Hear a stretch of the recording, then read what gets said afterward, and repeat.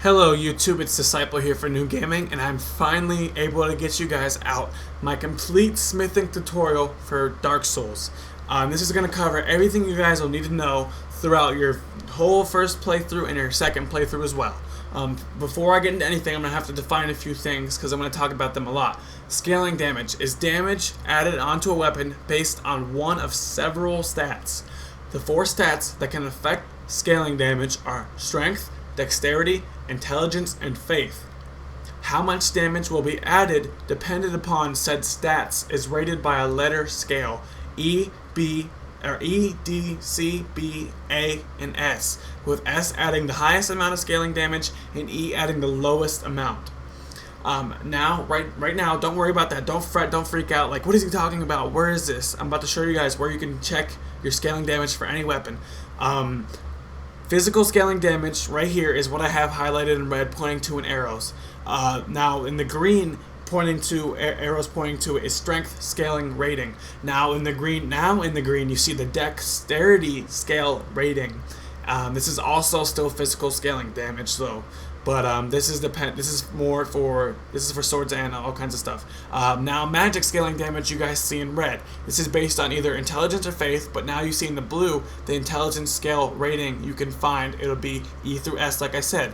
Now in the blue you see the faith scale rating, which will be E through S. The higher the rating, the more scaling damage will be added on. You see where up here up top where the red arrows are. Now fire scaling damage, where I'm showing you guys, is really unique. It's unique to chaos type weapons only, but I'll get into that when I talk about the last blacksmith. But now I'm going to show you guys something else. The bleed rating, which is an auxiliary effect. Now when enough bleed is done to an enemy, they will take extra damage besides your normal hit. Now when you get attacked by skeletons and scimitars and stuff like that, you actually start to see your bleed rating go up. Now this is a poison toxic rating. When you do enough poison or toxic damage, I'd like to say, to an enemy, they'll actually start taking damage from poison, extra damage over time. Now, next thing I'm going to show you is divine rating or light rating. It's been called a few different things that I've seen. Now, all I can confirm for sure right now is it does extra damage to different types of enemies, such as enemies in different types of covenants that are like evil, probably dark wrath or something like that. The higher, the more. Dark rating right here, or evil rating, whatever you guys want to call it. This does more damage to enemies in good covenants, maybe Way of White or Warrior, the Sunlight Warriors covenants, things like that. Now, I'm going to show you guys the way to the most basic blacksmith. He's not the first blacksmith you have access to. I'll show you guys another blacksmith later on, and you'll be able to get to him right from level 1. But I'm going to the most basic blacksmith. This guy is Andre of Astora.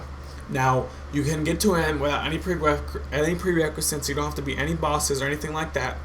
But you do have to be probably able to clear out these skeletons. Even though I just run past them, they will stop following you eventually. Now, Andre can do several things. But let me before I start talking about that, let me tell you something else. When you find, like, let's say for example, when you guys find a longsword, it'll be just called a longsword. It won't be a longsword plus anything. Now, when you go to a blacksmith, you can upgrade a weapon. From, like, let's say you want to upgrade that weapon. Now upgrade that longsword or this broken straight sword right here, for example.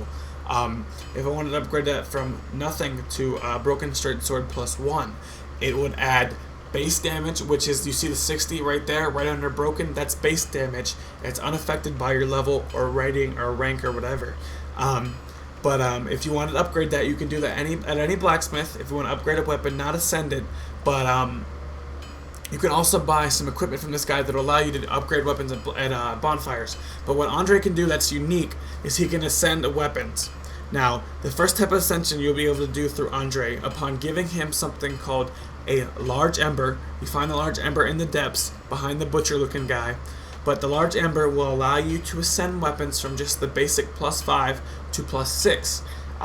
This will add more base damage and more scaling damage. It'll raise the scale rating. Like I showed you guys earlier, it'll maybe raise it from an E to a D or something like that, which will increase your overall damage and your damage dependent upon your stats. Andre, you can also give him something called a very large ember, which you find in New Londo after draining the water. The very large ember will allow Andre to send weapons from +10 to +11, and from +11 all the way to +15. To get the weapons trophy, the regular weapons trophy, you have to get it to plus 15, so you have to get that very large ember. Now, other thing that Andre can do unique to him is that when you find the divine ember near the Moonlight Butterfly area, after you traverse through a bit of Dark Root Basin, he can upgrade a weapon to divine. Now, divine adds magic damage, which scales with faith, which is really good if you're going to have a faith build, and it's really effective for people with higher faith later on. Now, you can also find something called a very large, or a large divine ember, not very large. The large divine ember will allow you to send divine weapons from plus 5 divine to a plus 6 divine. It doesn't add any special effects. It just increases the base physical, base magic, and scaling rating on the damage that that weapon will do. Now you can upgrade the, like I said, all the way to plus 10. Now if you want to get the divine weapon trophy, you have to get the large divine ember and ascend it to plus 10 divine to get that trophy. Now the last, another thing that Andre can do is raw. Now raw weapons, you don't need an ember to do, but you do need your weapon at plus 5 to make it raw. Now what raw does is it lowers the scale rating overall. It just decreases the scale rating, and eventually I believe it gets rid of it. I'm not 100% on that, don't hold me to that, but it increases your base damage. Now what that would be effective for is at lower levels, raw weapons would do more damage since you'll have lower stats. But as you level up and increase your stats, raw will be a lot less effective and a lot less useful to a lot of people. Now the last thing that Andre can do, like I wanted to tell you earlier, but I got ahead of myself. Right here I'm showing you guys me giving him an ember, but anyway, the last thing Andre can do is when you give him something called a dark ember, it'll allow Andre to make weapons called occult. Now occult is very similar to divine, and actually you need to ascend a divine weapon from plus 5 to occult after giving Andre the dark ember. But occult weapons do magic damage based on faith as well, and they also have a higher scale rating than divine weapons, so it'll later on when you're higher levels, it'll do a lot more damage and make a big difference for you guys, all the way to plus a divine, or plus a scaling for faith. And they also have, I believe they have a lower base magic damage. I'm not 100% on that, but I do know they have a higher scale rating. But occult weapons, instead of doing, as I showed you guys earlier, the auxiliary effects, instead of doing that divine damage, which will be helpful against like evil enemies, it does the dark damage, which will be useful if you're an evil character or if you're fighting good enemies that probably shouldn't be killed, or are optional bosses or things like that. Probably like the Way of the White Covenant if you're going to go against them or something like that, or the Warrior of Sunlight. But that's the main difference from occult and divine. But feel free to ask me any questions if I've confused you guys. Now I'm going to show you from Andre. I'm skipping around a little bit, but I still show you right from Andre. Now I'm going to use this bonfire to warp. I'm going to Anor Londo, and if you guys don't have this bonfire unlocked or you can't warp, I'm right outside the Orange Sign and Small boss gate. Now I'm going to the Giant Blacksmith. Now what the Giant Blacksmith can do is several unique things. First of all, from default, without giving him any embers at all, he'll be able to make you lightning weapons. But the prerequisite to make a lightning weapon is you have to get, let's say, a longsword to make it lightning.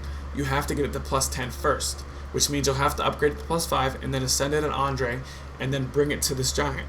Now what lightning does is it's really good early on especially, but lightning removes all scaling damage for a faith, strength, everything like that, but it adds a high damage of the lightning type, which a lot of enemies are not resistant to, and it increases your base physical damage, but it removes all scaling damage whatsoever. But lightning is very powerful early on. As you guys see my Lightning Man Serpent Greatsword, as I up a few frames, Lightning Man Serpent Greatsword right now, currently where I currently have it, like I have it at plus 5, it does over 600 damage. But when I get to a level 200, do you think that 600 damage will be very helpful? No, because I'll probably have very high faith, and my let's say my divine weapon that I'll have plus 10 at that point will do a lot more damage than 600, mainly because my faith will be very high. But lightning is very good. It's a very good option for early on. It helps them a lot of the game become easier. Now the other thing that Andre can do, this guy, the Giant Blacksmith, can do, is that when you find the Crystal Ember and the Duke's Archives, he can make you crystal weapons. Now some of you guys may have experienced the crystal weapons already. I personally believe they're completely useless. Now what crystal enchantment does is it raises your weapon's base damage. it raises it a significant amount. But the useless thing about crystal weapons is it makes the durability on the weapon a tenth of what it previously was, and crystal weapons can no longer be repaired, which is, in my opinion, useless. And the last thing Andre can do is he can make weapons of boss souls, or make weapons of demon souls, is what it actually says. Let's say you had a long sword at plus 10, you can make it into Kellogg's Fury Sword with Kellogg's Soul at this giant only. The next blacksmith I'm going to be showing you guys the route from. I'm going right back to Firelink. I'm going to warp to Firelink.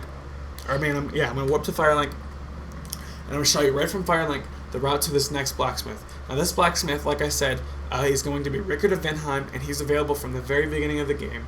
You just got to follow this path like I'm going to show you guys. And he can make, what Rickard of Vinheim can do is two unique things. First of all, he does sell you spells and a talisman, but that's not smithing.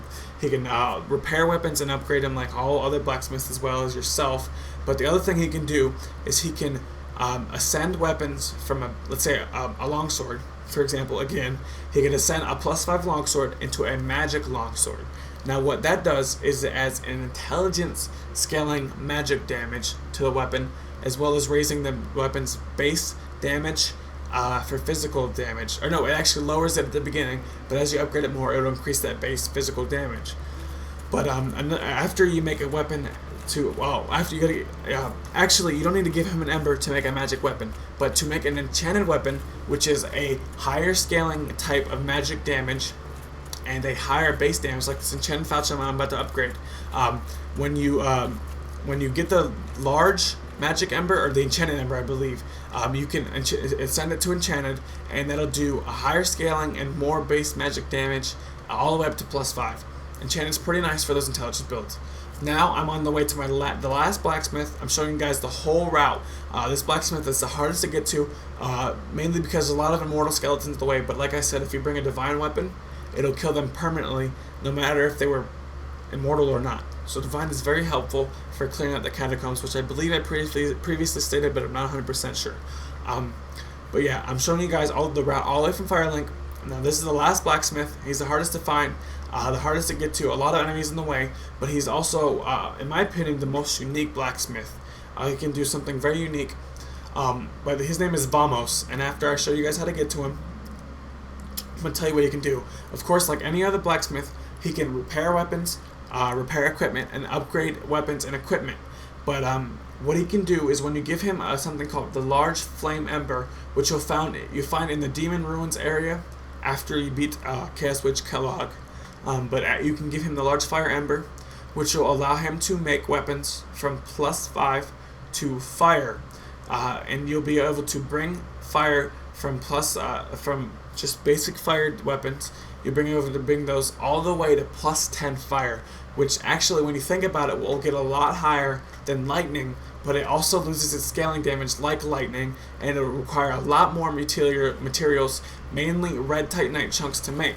Now be very careful when you get here. You're going to have to roll just the way I did to get down here without dying, but after that he opens up a shortcut all the way to the pinwheel boss area, but that's not important right now.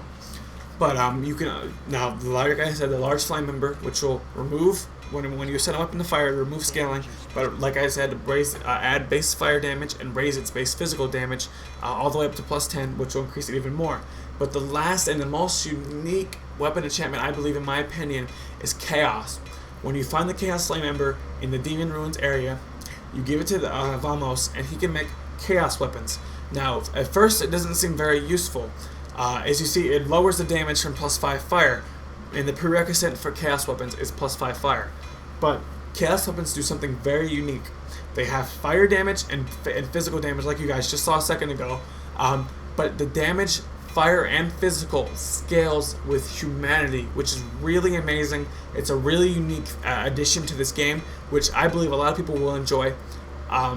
Especially if they get a lot of humanity and it's just stacking it up. They're just going to do more and more damage, and you can even enchant bows and crossbows with Chaos. Now Chaos is really cool. You can get it all the way up to +5, which will increase its scaling upon humanity, and will increase its base physical and base fire damage, which is really helpful. both for early on and later on, and I believe Chaos is probably one of the best types of weapons. A lot of the pros, which will be coming out later on in the game, doing more and more PvP, maybe even me, hopefully me, I'll be considered a pro. I'm probably going to be using the Chaos a lot because it seems very unique and very helpful. But that's all for my Blacksmith tutorial, guys. If you have any questions, feel free to ask me. I thank everybody for the continued support. I love each and every one of my viewers, and I hope you guys have a great day.